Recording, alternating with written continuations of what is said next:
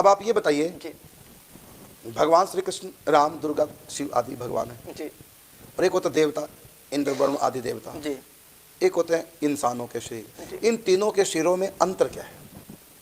देवता, इंसान और भगवान में। भगवान कृष्ण का भी शरीर है, जी देवताओं का भी शरीर है, इंद्र आदि वरुण आदि, जी हमारा आपका भी शरीर है। जी तो सब तो तीनों तो देहधारी हैं, जी तीनों के शरीर है। जी तो इनमें अंतर क्या शरीरों में? उनका भी शरीर, देवताओं का भी शरीर, हमारा भी शरीर, भगवान का भी शरीर, तो शरीर तो सबके हैं, तो इनमें अंतर क्या है? कि जैसे सब जी। अंतर है, बहुत बड़ा अंतर है। हाँ, और अंतर केवल देवता और मनुष्य में ही है। भगवान का तो मैं कहता हूँ देह है ही नहीं, वो तो साक्षात ठाकुर जी तो हैं। तीनों की व्याख्या थोड़ा करें। जी महर्षि, पहले भगवान को समझ लेते हैं। भगवान के बारे में कहा गया है, निज इच्छा निर्मित तनु माया गुण गोपा, यानी वो ठाकुर जी का जो शरीर है वो प्रकृति का अंश नहीं है, वहाँ ये पंच तत्व नहीं है, मन बुद्धि चित्त अहंकार ये सब कुछ चिदानंदमय दे तुम्हारी विगत विकार जान अधिकारी। तो ठाकुर जी का जो पूरा शरीर है वो पूरा आत्मा ही है, यानी स्वयं ठाकुर जी पूरा शरीर बने। मतलब श्री कृष्ण का शरीर नहीं है, नहीं है, वो श्री कृष्ण ही पूरा स्वयं ही आत्मा ही शरीर है। जी, हम ये कह सकते हैं। हाँ जी, उनका अलग से शरीर धारण नहीं किया। जी, भगवान का भी शरीर धारण नहीं करते जी। तो शरीर धारण करना मतलब कोई शरीर अलग है, मैं आत्मा अलग हूँ, मैंने शरीर को धारण किया, ऐसे श्री कृष्ण शरीर धारण नहीं करते, वो स्वयं ही शरीर बन जाते हैं। जी, माने उनकी आत्मा ही शरीर के आकार में परिवर्तित हो जाती है। इसलिए कहा कि चिदानंदमय देह तुम्हारी विगत विकार जान अधिकारी। ना वो जन्मती है ना वो मरती है, उसमें कोई विकार नहीं होता, वो काल के अधीन नहीं है, ना काल का उसके ऊपर कोई असर होता है, ना प्रकृति का त्रिगुणात्मक सृष्टि। तो वो चिदानंदमयी उनका शरीर तो आत्मा ही शरीर बनी। तो श्री कृष्ण की आत्मा अलग, शरीर अलग, ये दो तत्व नहीं, देह और देह का भेद नहीं, आत्मा ही वो, इसलिए वो परम आत्मा हो गई, परमात्मा। इसलिए उनको अशरीरी कहा दिया गया, वो शरीर धारण नहीं करते क्योंकि उन्होंने शरीर धारण नहीं किया, बल्कि स्वयं ही शरीर बने हैं। ये हो गया उनका शरीर चिदानंदमय। अब देवताओं का शरीर हमारे शरीर में क्या अंतर है? तो देवताओं जो है, जैसे हमारी आत्मा तो हम पिछले बार में बताया, बिल्कुल केस के जो अगला भाग है उसके 10,000वां भाग है आत्मा, लेकिन हम इतने बड़े कैसे दिख रहे हैं? हमने अपने ऊपर आवरण, तीन आवरण ढक रखे हैं। एक ही शरीर ने हमने तीन शरीर पहन रखा है। इसके ऊपर एक अज्ञान का शरीर, कारण शरीर, उसके ऊपर सूक्ष्म शरीर मन बुद्धि आत्मा, और फिर इसके ऊपर पंचभौतिक शरीर, फिजिकल बॉडी जिसको स्थूल शरीर कहते हैं।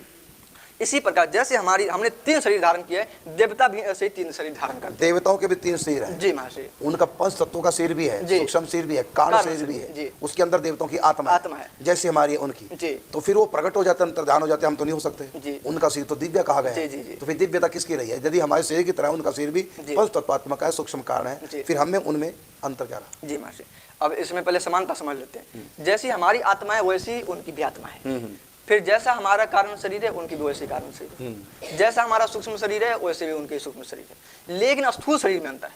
अच्छा, कारण और सूक्ष्म शरीर तो हमारा उनका एक जैसा है। जी, अंतर है तो केवल स्थूल का, ये जो पंच तत्व का बाहर का बॉडी है, इसका अंतर। तो क्या अंतर है? इसमें अंतर यह है कि हमारा जो शरीर है इसमें पृथ्वी तत्व की प्रधानता है। मैंने 5 तत्व, मिट्टी जल अग्नि वायु आकाश, 5 तत्व, लेकिन प्रधानता मिट्टी की। और देवताओं के शरीर में अग्नि तत्व की प्रधानता है। उनका भी 5 तत्व का, उनमें मिट्टी तत्व है, लेकिन बहुत कम, लेकिन सबसे ज्यादा अग्नि तत्व।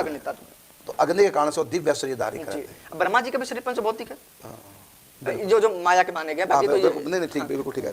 लेकिन वहाँ जो आकाश तत्व की प्रधानता है। तो यहाँ पूरा ब्रह्मांड में जिसका भी शरीर है सब पंचभौतिक तत्व है, लेकिन किसी पृथ्वी तत्व की प्रधानता होती है, वर्ण लोक के देवताओं में जल तत्व की प्रधानता होती है। अब भूत प्रेतों में वायु तत्व की प्रधानता होती है, उनका भी 5 तत्व का माध्यम है, लेकिन वहाँ हवा की वायु की प्रधानता है वहाँ।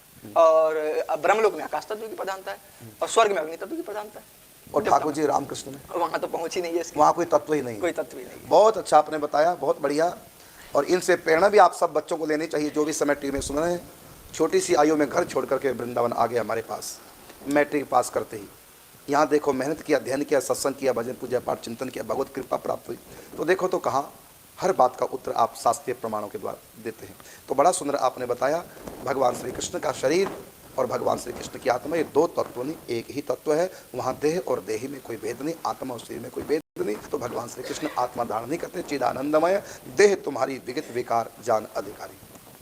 फिर बताया आपने बड़ा सुंदर, देवताओं में मनुष्य के शरीर में अंतर क्या है? तो देवताओं का शरीर भी 5 तत्वात्मक है, हमारा शरीर भी 5 तत्वात्मक है, बस अंतर है। हमारे शरीर में मिट्टी तत्व की प्रधानता, देवताओं के शरीर में अग्नि तत्व की प्रधानता। बड़ा सुंदर आपने उत्तर दिया। भूत प्रेतों के शरीर भी 5 तत्व का हमारी तरह, लेकिन उनके शरीर में वायु तत्व की प्रधानता है। ब्रह्मलोक भी वहाँ के देहधारी जितने भी हैं सबके शरीर पंच तत्वात्मक है, वह अंतर है, उनके शरीर में आकाश तत्व की प्रधानता है, पांचों तत्वों की। आप ब्रह्म भुवना लोक का पुनरावर्तन अर्जुना जो गीता में कहा, यहाँ से ब्रह्मलोक तक सबके शरीर पंच तत्वों के प्रकृति के द्वारा प्रदत्त है, और अंत में आत्मा प्रकृति में शरीर को छोड़ करके प्रकृति के उस पार, काल के उस पार पहुंच जाती है। लेकिन भगवान का जो शरीर है, राम कृष्ण दुर्गा शिव, ये जो पंच परमेश्वर है, इनमें इन्होंने शरीर धारण नहीं किया, बल्कि इनकी आत्मा ही शरीर के रूप में प्रकट है। इसलिए इनका जन्म और मरण नहीं होता, ये प्रकट होते हैं और अंतर्धान हो जाते हैं।